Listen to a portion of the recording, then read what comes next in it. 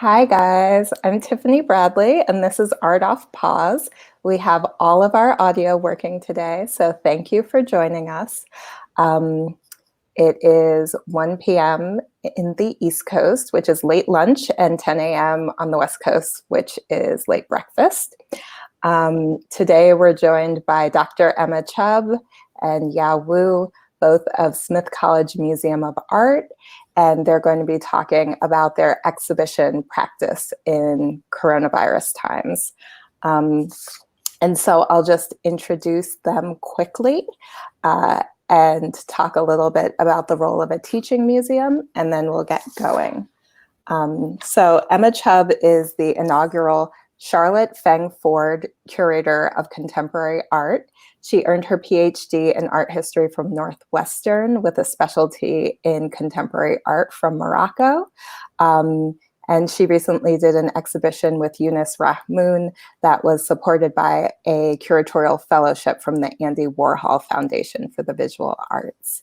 And Yao Wu is the Jane Chace Carroll Curator of Asian Art at Smith College Museum of Art, and she oversees the museum's growing collection of art from East, South, Southeast Asia, and the Himalayas. And she currently holds an MA degree from Williams College and is a candidate for a PhD in art history at Stanford, which I am sure she will defend her thesis brilliantly. And she was the inaugural Asian Art Curatorial Fellow at the Guggenheim. So they are both highly distinguished curators. Smith is very lucky to have them.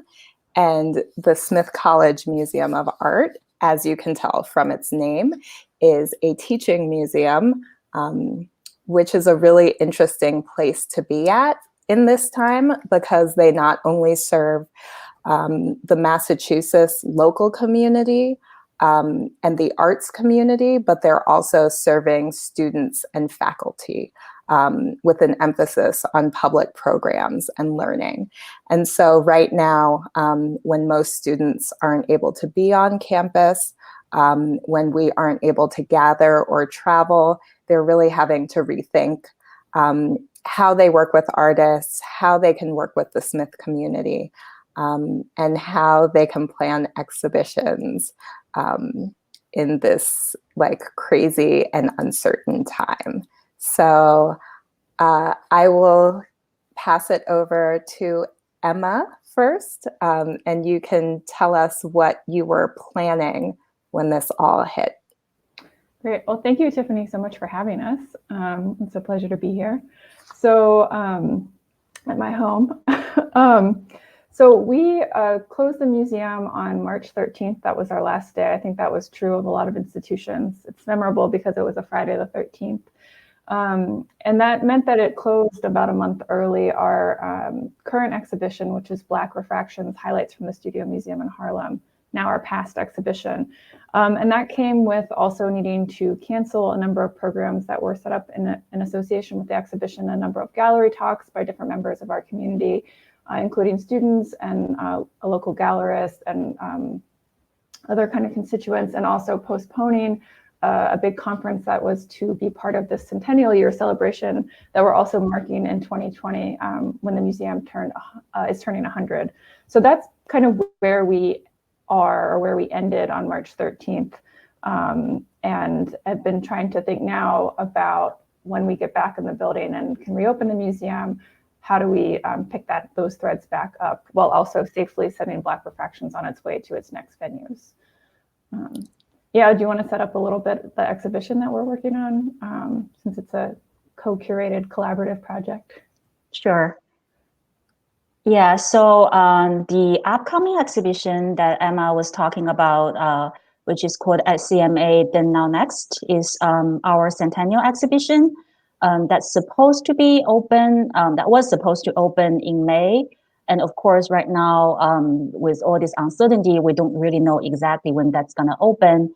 But the planning work is still forging ahead, right? So we're still working as a team, not only within curatorial, but across the museum to be very flexible, but also be very concrete in terms of planning to consider multiple possibilities of opening the exhibition in the fall or maybe next year, and also at the same time considering the teaching needs from our faculty and our students. Yeah, that's about this exhibition we're working on right now. So when you guys closed the Studio Museum exhibition early, what happened to all of this stuff? Like, is it still shut behind the walls, or have you sent it on its way already? So I can speak to that. So the show is still, the art is still at the building, still at the museum. The way that traveling exhibitions work is that typically we don't deinstall unless you have to often bring representatives of the host institutions or the institutions that own the work. So all of the artwork in Black Refractions belongs to the Studio Museum in Harlem. It's part of their permanent collection. And so in order for us to deinstall the works, we need to wait until it's safe for members of their team and the American Federation of Arts, which is organizing the tour, until they can come to Northampton to work with us on the deinstallation. So art handling often almost always requires people working in close physical proximity because you usually have at least two people moving one work of art.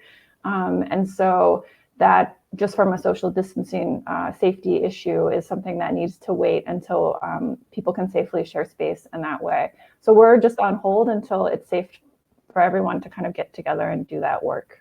And the same with everything else in the collection that's up on the walls. It's all, I think, probably very lonely in the museum. So you guys basically are holding part of the Studio Museum's collection, which you can't give back until social distancing and travel restrictions are lifted. Right.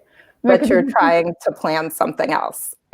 Right. That's sort of, and also support all of the classes. So Smith, like most schools, moved to remote classes after spring break. And so we have dozens and dozens of courses that come to the museum all the time. And so all of the professors had to rewrite their syllabi for the rest of the semester. And then we've been helping them figure out, how do we still teach with and from the collection when you can't have that direct object-based learning experience that we really pride ourselves on being able to offer at Smith. And I mean, that's the question. And Yao, as somebody who is both a curator, but currently also in a learning process for your PhD, how are you seeing how students are interacting with digital collections or digital long distance learning in the arts? Yeah, I guess these are actually kind of two separate questions, because the experience for a graduate student, in my case in particular, I'm already ABD, which means all but dissertation. So much of the work is actually, kind of work on my own. And I find it actually quite encouraging that now I'm home, most of the time, actually I have more time to work on my own project and, to be in touch with my academic advisor back at Stanford. But for undergraduate students, it is challenging that, because a lot of the instruction at Smith, at least in a liberal arts college setting, it's very much, based on the face-to-face interaction, the classroom interaction, and the group work sort of model. So it has been quite challenging, but of course, everybody is online now. And, for classes that engage with the museum, it is challenging that we don't have physical access to the objects, but at the same time, it actually also opens up some opportunities in the sense that we're no longer constrained by what can be physically brought out, right? Because thinking of, the number of classes that come through the museum every year, we can't actually accommodate all the requests in the physical setting. Of course, we accommodate that, as much as we could in the gallery space. We do have a dedicated teaching gallery, but a lot of times it's through circulation of images or, sharing information, etc. But now, it's all virtual. So we're like on equal ground in that sense. So in a way that we're actually sharing more of the collection in a sense, because, the images and the data information is out there and students and professors can access that way. That's very true, but I know you guys also are used to bringing folks on campus. And Yao, specifically, you talked about a Hong Kong-based eco-conceptual artist. I think I'll try to pronounce the name Zhang Bo, who you guys were planning to bring on campus. And I'm sure there were other artists that you usually have in person. So how are you guys even thinking of engaging artists and guests, given that we don't know how long campus or the world will be closed? Yeah, just a few words on Zheng Bo. This project, it's actually a co-sponsored and co-organized project, between the museum, but also various other departments on campus and the Global Studies Center at Smith in particular. And this residency was also supposed to take place in April as part of Smith's Year of Climate Change initiative.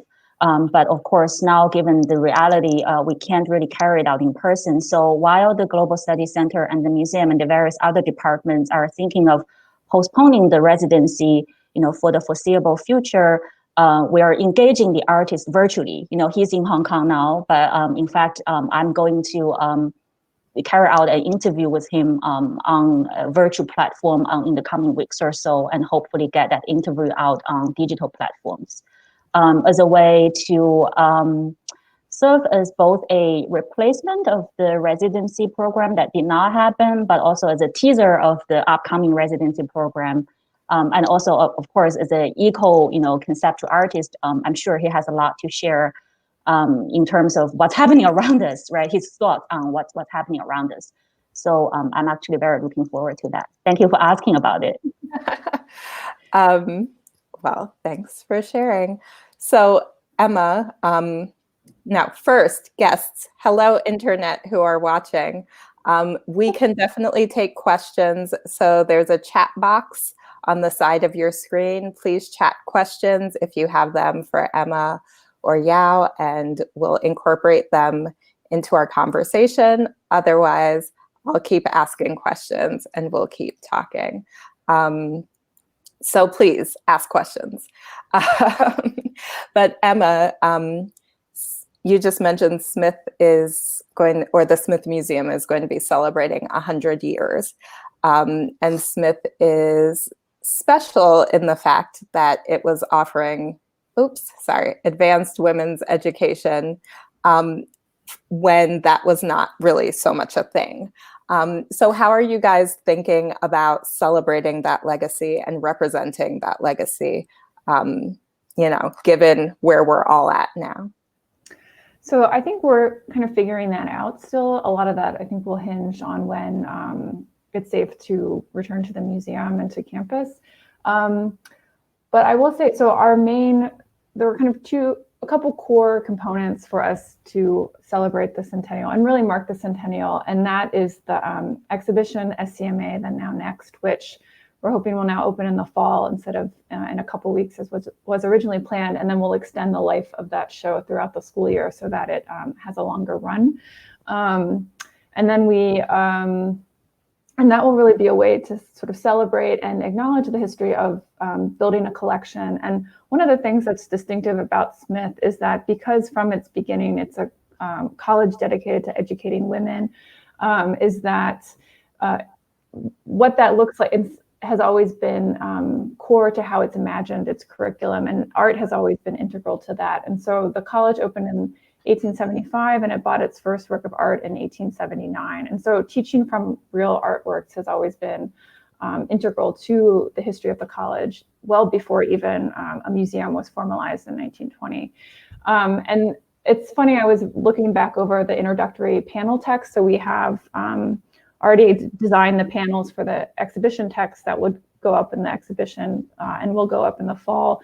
And the first line is about how the exhibition is looking at what does it mean to make and continually remake a museum. And I think that feels like kind of terrifyingly prescient in a way, because we are actually really having to work through what is it to be a museum right now in a way that when we wrote that sentence, 6 or 9 months ago, we couldn't really have anticipated that we'd really be having to pivot in the way that we all have had to do in the last 2 months in the US. So that's been kind of interesting, that I think, to figure out how do you celebrate something also while we're going through this kind of huge collective global trauma. It seems a little vexed too at the same time. That's true. Which leads to our first question from April, who, we will be honest, is a ringer because she's a curatorial colleague, which is, what has been the biggest challenge for you as curators in working remotely? So yeah, take it away. All right. Yeah, okay. It's my personal challenge, but I think it's probably shared, by many curators, which is, as curators, I think we work with real objects and we work in real space. Even though now with a lot of digital aids, we can access the data, the images online, and we have modeling programs, we have, tools for us to see a gallery space virtually. It's still not the same thing. I mean, as a curator, maybe a bit old-fashioned curator myself, I feel like that kind of tactile kind of sense, or that kind of visceral feeling of being in a space, being in the presence of objects, that's lost. And maybe that's just a very personal feeling, but I think it does impact how I think about my work, in a lot of ways. Yeah. Yeah, I would second that. I think too, part of what, at least on the first two of what it would have been a 3-month run of Black Refractions, what was so rewarding was to be in that exhibition looking at art with different audiences and students and people who live in Western Mass and people who were coming in just to see the show. And there was a really wonderful energy that was spinning out around the exhibition. And it's a big show. It's about 100 works, I think 93 or 94 now. And so every time I went into that space, it was completely different. And it would be really great to just look at works with people and talk through them and to learn through what they were seeing. And I missed that. I think museums are really social spaces. And so there's a lot of power in learning that happens in looking at art and talking about it with people. And that feels really sad to not have that anymore. And we can replicate some of that virtually, but it still doesn't have that same kind of intimacy and proximity. Which leads us right to our next question. So it says, "Hi friends, I'm curious about how you're rethinking display and engagement techniques in the galleries, especially as you plan near future exhibitions. Thoughts?" Well, I think, we're having conversations about how to make things available digitally, because I think that goes back to some of what Yao was saying, is to kind of find the opportunities in some of this and to maybe be able to prioritize new approaches or trying things out in a way that might not have been possible given the other commitments previously. So I think we are trying to figure out how can we create content that is more broadly accessible, which in a way is great because we're a college museum, we also have audiences that people who have connections to Smith from all over the world. And so that would actually be a way to kind of more directly reach them. At the same time, something I don't feel like I understand yet is what people have time and energy and interest in. So I know there's a lot of these online screenings and talks and on different platforms. And right now I sort of feel by the end of my workday, I'm kind of sick of looking at a screen. So I don't know if other people are feeling that, or ways that we can create interesting sites of engagement and interpretation and conversation without also feeding a screen fatigue experience. And also thinking about who has access to high-speed internet, I think is a big problem. And by making things that can only be accessible through that forum, who doesn't have access to all of these things that we're putting time and resources in. That doesn't answer the question, but that's like a way of thinking about it a little bit. An offering of questions to the art universe.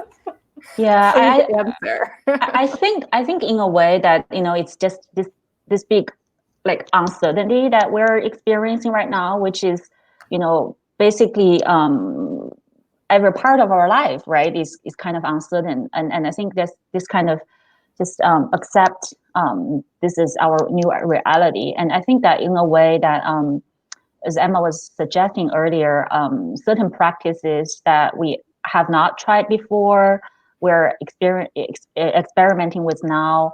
My sense is that, even after the pandemic, is finally over, might become part of our new reality, because, with the experiment comes good results or bad results, and we know how to adapt. So my sense is that probably, sometime from now, being online and being more spontaneous and being more active on social media will just be part of the regular curators' work and life, and museums' presence out there in the public as well. I think that it's a blessing in disguise, maybe I should call it that way, that we just have now this opportunity to run with it and see where it where it's successful and where it's not, and adapt as we go. Yeah, and I should add, for context, you guys are relatively young to be curators,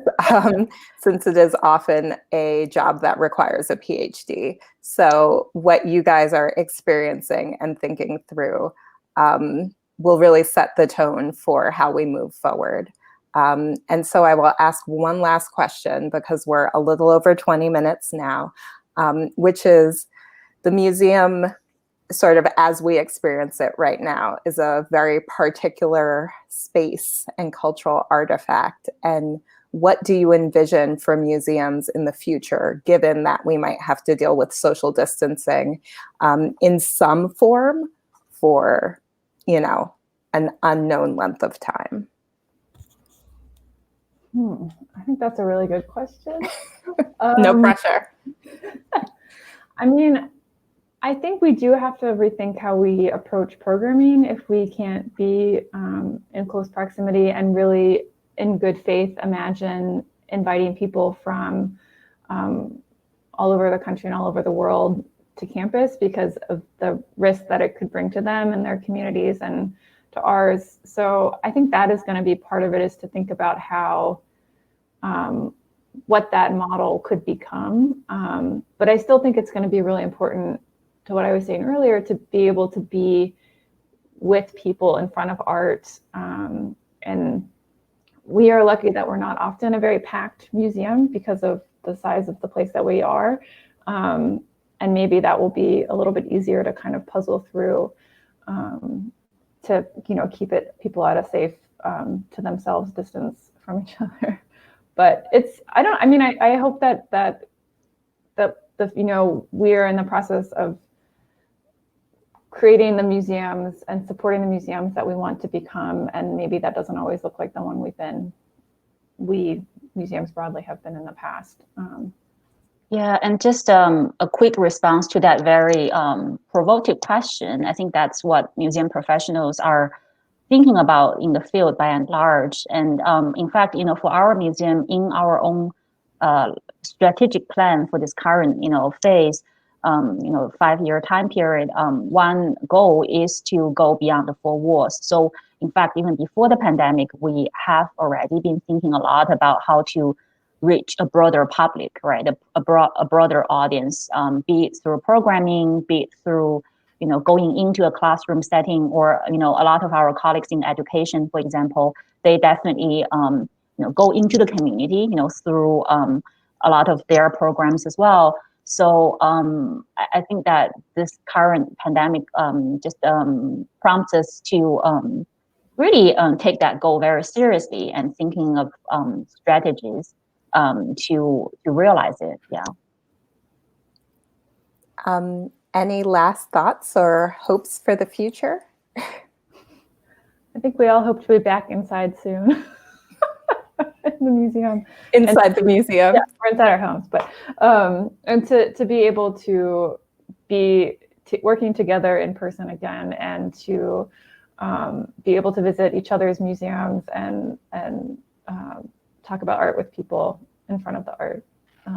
And also, I think, hopefully, to have people see that museums are made up of people, that we're not these kind of monolithic institutions that are a wall, but like really just made up of individuals who that are not always the public face of the institution.